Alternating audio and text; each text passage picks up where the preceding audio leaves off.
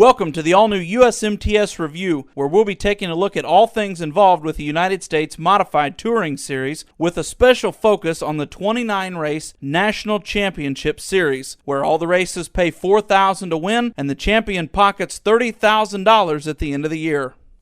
On this week's show, we'll look back at the weekend in Baytown, Texas. A practice session last Wednesday night got things underway. Thursday night, it was a 2,000 to win Casey's Cup qualifier with Terry Phillips taking the advantage from the drop of the green. Series regular Rodney Sanders and Rookie of the Year contender Stormy Scott battled for second for the majority of the race. Cameron, Missouri's Mark Dotson passed Scott earlier on in the feature. He then passed him again to take the third position. Sanders made it interesting at times and finished in the runner-up position. This was Phillips' first win at Royal Purple Raceway. 2010 National Champion Jason Hughes earned the Mesilla Valley Transportation Hard Charger Award, advancing from 16th to 5th.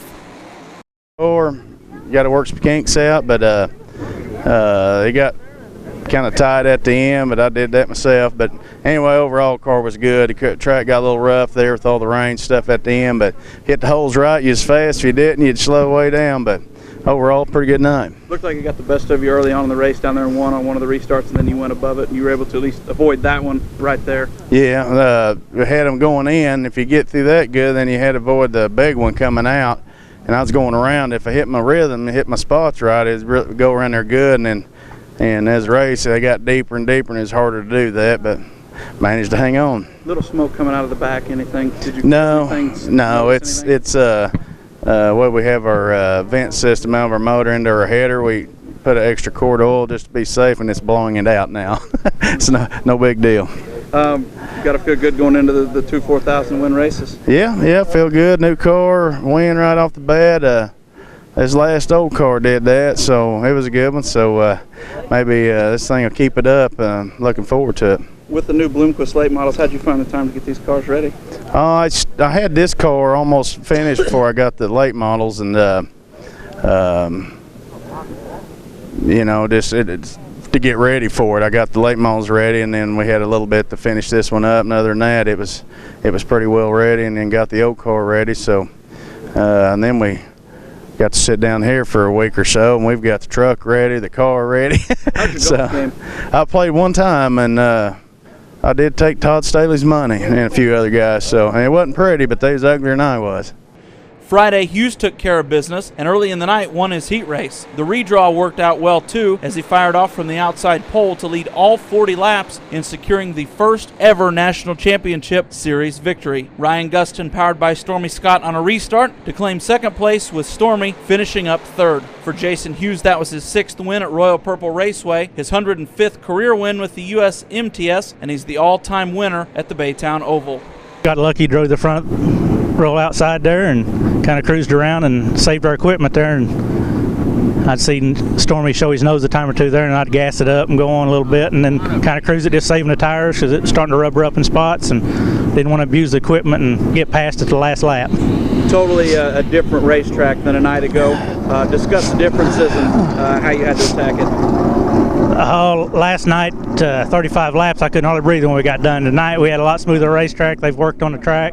I figure they'll work on it some more and it'll be better tomorrow, and like it was at the end of the year last year. And what's going to be your strategy going into these races this year? Are you going to push harder in these 4,000s? There's a lot of these companion weekends, 2s and 4s. What's your mindset in the 2s on the weekends that you have the 4s? That 2,000 win race is a test session a lot of times. We tried a lot of stuff last night and found a few things that worked, and come in tonight and went a little farther with them, and thought we had a pretty good race car in the heat race and the feature both. And in the past, you've not followed this deal all the way through. You run a region, or, you know, run several of those races, but it seems like kind of when it gets hot outside, you go do some other stuff, and you're always back for the hunt. What's your strategy this year, and do you plan on following all the races this year? We'll make all the championship races, and then going to do all the hunt races. We're going to skip out on some of the Casey's Cup qualifier deals. We're going to go run them, get us in the hunt, and you know, midsummer, whenever it's so hot, and not go to the lake with the family again. What are your plans to attack this thing tomorrow night? Same thing we've been doing, just go up there and get our car prepared, and hopefully no failures, and come out and do our best. The temperature was much cooler on Saturday for the final night of action. Jeremy Payne, in his first weekend out with his own team, had 2 nights of bad luck, and things looked to be on the mend Saturday as he went from 11th to 3rd in his heat race and drew the pole for the 50-lap feature. Payne led the first 7 laps before his steering box broke, spinning his car out in turn 4. Johnny Scott took over the point and withstood charges from Terry Phillips, Kelly Shryock, and Ryan Gustin. Phillips began working the top side of the speedway, which slowly went away. Shryock got together with Shane Hebert, and Gustin came up just short as Johnny Scott masterfully worked the bottom of the racetrack in each of the turns to score his first USMTS triumph of 2012. Oh man, it was a crazy race there at the beginning.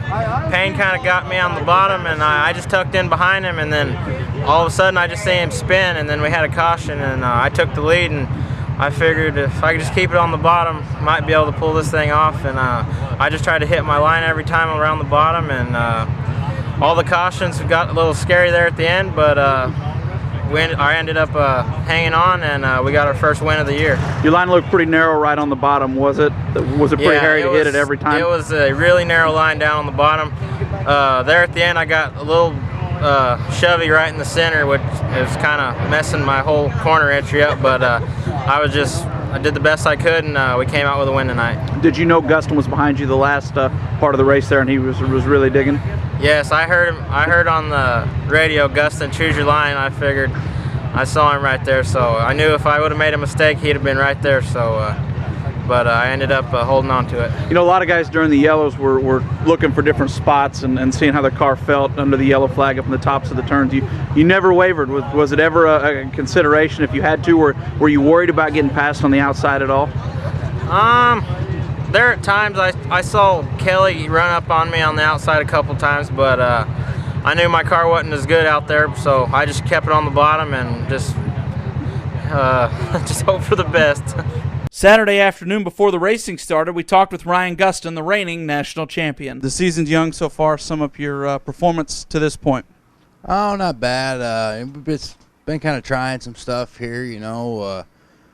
I don't know. We've been pretty good. I think we got her pretty close. Try a couple more things tonight in hot laps, and hopefully go out and get us a win.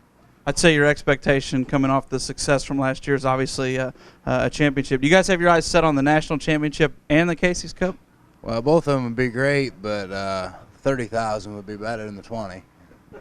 Looking back on your time with Gressel Racing to where you're at right now, are you ever surprised at how far you've come or how much success you had right off the bat? Oh, yeah, for sure. I never would have dreamed that the second night out, and you know, a completely different car to what we've ever raced before, I would have won. But, yeah, it's, you know, I never would have thought we'd have this much success. You know, expected a little bit, but not, you know, this has been great. And looking back a little bit more, what means the most to you? The championship, all the race wins, or was it maybe even a little bit further back and when you really came on the scene by storm and won in your own equipment and, you know, had the opportunity to land you this ride? What to you is the most important so far in your racing career, your most important accomplishment? Probably winning the national championship, I guess. You know, there ain't a whole lot of names on that list, and if you can put your name on that list, you're a pretty decent race car driver. Can you think back to any time that you've ever struggled in your career? You ever feel like you're out in left field? You know, a lot of guys say that they get adjust on their cars so much they get out to lunch, and it's hard to get back. From the time that Stick and I have covered you and seen you race, you've never really been there. Has there ever been a time you felt that way? No, we've been pretty fortunate, not yet, but I'm only 21 years old. You know, you look at a lot of guys like Shyrock and stuff, you know, 45 or whatever, you know, 45, 42, whatever he is. But, you know, he kind of got out in left field there for a while. You know, he come off a season where he won like 40-some races and then didn't have much luck after that. But he's getting to turn back around now. Do you feel pressure to perform in this ride? No, there ain't no pressure. You know, Ed, he's always easy on us. No pressure. It's just, you know, kind of put pressure on yourself because you got the best stuff. There's really no excuses. Your family's name in racing, grassroots racing especially, is legendary. What do they think about all your success? I know you've had brothers and other people have had a lot of success in their own right, but for you to be in this high-profile ride, what do they have to say? I don't know. He's one of my brothers here. You can ask him, I guess. No, we're all happy for each other, you know, when we go out and win and stuff and have success. So. I know you got Joe Bob, a full-time crew chief on the car, and Ed's assembled a pretty much a dream team around there. What's your actual involvement on the physical cars themselves? I more or less just do the tires and stuff and just basically put my input on what I think the car needs. So. Is this fun or is it a job? A little bit of both. And final question for you. Are you surprised with the notoriety that you've received? Obviously, Dirt Nights had to help a lot, and people just don't come into this series and win right off the bat, and that's really what you've done. Are you surprised when you travel all around the country, the fans you made and the apparel and everything about the notoriety you've been given? Yeah, it's awesome to be able to put your name on that list of accomplishments, and I think we're like the third winningest driver on this deal. So it's it's a cool deal. All them guys, anybody that has won a USMTS race deserves it, and they're good race car drivers. All right, that's Ryan Gustin, and he'll be looking to win his second USMTS National Championship this season. Gustin leads the standings by 3 over Jason Hughes. Johnny Scott sits third, with Jono Whittington 1 marker behind in 4th place. Stephen Whitaker Jr. rounds out the top 5 after the first weekend of National Championship racing. It's an off weekend before returning to Texas, and dates at Heart of Texas and Cowtown Speedways on March 9th and 10th. Don't forget about the 2nd Annual King of America Modified Nationals coming up at Humboldt Speedway in Humboldt, Kansas at the end of March. For Austin Stickboy Kruger, this is Trenton Berry with RacinDirt.com.